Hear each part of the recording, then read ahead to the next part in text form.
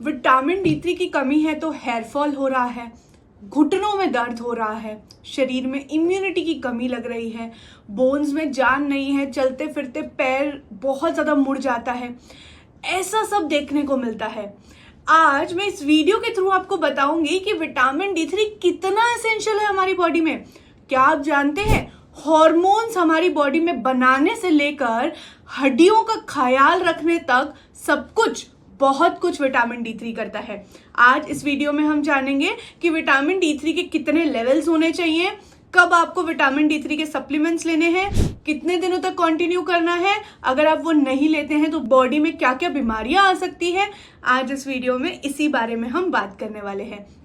सबसे important, vitamin D3 एक इतना अच्छा विटामिन है जो कि फैट सॉल्यूबल है। कैसे बनता है? सनलाइट से बनता है, सैल्मन से बनता है, मतलब सैल्मन फिश जो हम लेते हैं उससे बनता है, सैल्मोनेला फिश बोलते हैं जिसको, या फिर कुछ नॉन वेजिटेरियन डाइट से आपको मिलता है, या फिर आपको हो सकता है कि डेयरी प्रोडक्ट से भी विटामिन D3 मिलता है।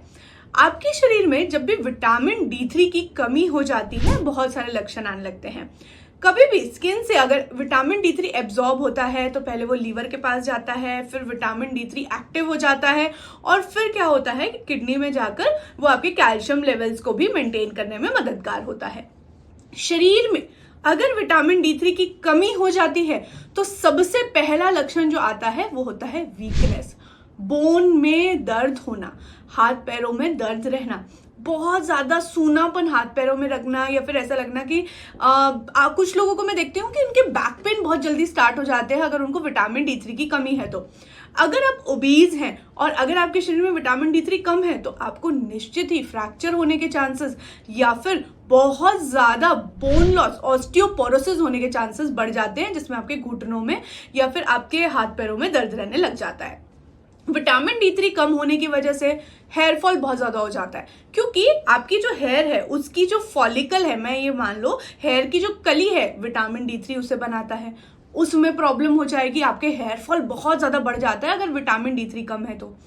अगर शरीर में विटामिन D3 कम है तो कैल्शियम लेवल्स बहुत ज्यादा कम हो जाते हैं, जिसकी वजह से फ्रैक्चर्स होने के चांसेस हो जाते हैं। मैं अक्सर महिलाओं में तो घुटना दर्द का प्रॉब्लम बहुत कॉमनली देखती हूँ, पुरुषों में भी देखती हूँ। ये ज्यादातर विटामिन D3 की कमी की वजह से होता है। क्या आप जानते हैं आपका जो थायराइड हार्मोन है उसको बनाने में भी विटामिन D3 मददगार होता है। अगर आप मान लीजिए आपके शरीर में थायराइड हार्मोन कम हो जाए या बहुत ज्यादा हाइपोथायराइडिज्म में अगर आप चल जाते हैं तो वेट गेन होना, शरीर में बहुत ज्यादा अलग अलग तरह के लक्षण आना, मेटाबॉलिज्म स्लो हो जाना, हेयर फॉल जैसा कोई दिक्कत, पूरी दिन फटीग, बहुत थकान महसूस होना, ये सब लक्षण आने लग जाते हैं। क्या आप जानते हैं अगर आपके विटामिन D3 की कमी है शरीर में तो आपको heart related problem, respiratory related problem, सांस लेने में प्रॉब्लम्स महसूस होना, बहुत जल्दी रेस्पिरेटरी इन्फेक्शंस हो जाते हैं, जिसकी वजह से बाकी सारे लक्षण आने लग जाते हैं कि सांस लेने में दिक्कत आना, बार बार आप बीमार अगर आप पड़ने लगे हैं, आप बहुत ज्यादा ऐसा महसूस करते हैं कि आपकी इम्यूनिटी बहुत ज्यादा वीक हो गई है, ऐसे समय पर भी हमें समझ में आता है कि आपके विटामिन D3 की कमी की वजह से भी ये हो सकता है। तो आप सोचिए विटामिन D3 कितना एसेंशियल है बॉडी में, इसके लेवल्स कितने होने चाहिए। विटामिन D3 के लेवल्स 50 से लेकर 70 नैनोग्राम पर मिलीलीटर तक होने चाहिए। आपके कितने होंगे? मैं जितने भी पेशेंट्स की रिपोर्ट्स देखती हूँ विटामिन D3 के लेवल या तो 2, 4, 6, 8, 10 इतना ही होता है। जब भी विटामिन D3 30 आ जाता है आप लोगों को लगता है कि नहीं अब तो हमारा सप्लीमेंट्स लेके हो गया, ऐसा नहीं है। सप्लीमेंट्स आपको लंबे समय तक लेते रहना है। देखिए विटामिन D3 लेवल अगर आपका 10 से कम है, 15 से कम है, आप रिपोर्ट्स में देखते हैं, अगर ये कम है तो आपको विटामिन D3 के 60,000 IU यूनिट्स के शॉट्स लेने हैं, या फिर आप टैबलेट्स भी ले सकते हैं। अगर आपके विटामिन D3 लेवल 10 नैनोग्राम पर मिलीलीटर से भी कम है तो आपको बहुत टेंशन लेने की जरूरत है। आपको vitamin D3 60,000 IU units at least आपको वीक में एक बार तो लेना ही लेना है, और आपको मेक श्योर करना है कि इसे आप 12 वीक्स तक कंटिन्यू कीजिए। जैसे ही आप 12 वीक्स तक कंटिन्यू कर लेते हैं, आप अपना विटामिन D3 टेस्ट कराएं। अगर वो आपका विटामिन D3 लेवल 28-29 तक पहुंच चुका है, तो अब आपको क्या करना है, हर मंथली एवरी मंथ आपको एक विटामिन D3 का शॉट लेना ही है। क्योंकि आजकल की हमारी लाइफस्टाइल ऐसी हो गई है कि हमें विटामिन D3 प्रॉपर नहीं मिलता है। अगर आप नॉन वेजिटेरियन नहीं है तो आपको तो बिल्कुल भी विटामिन D3 नहीं मिलता, क्योंकि आजकल हम सनलाइट में भी नहीं जाते हैं।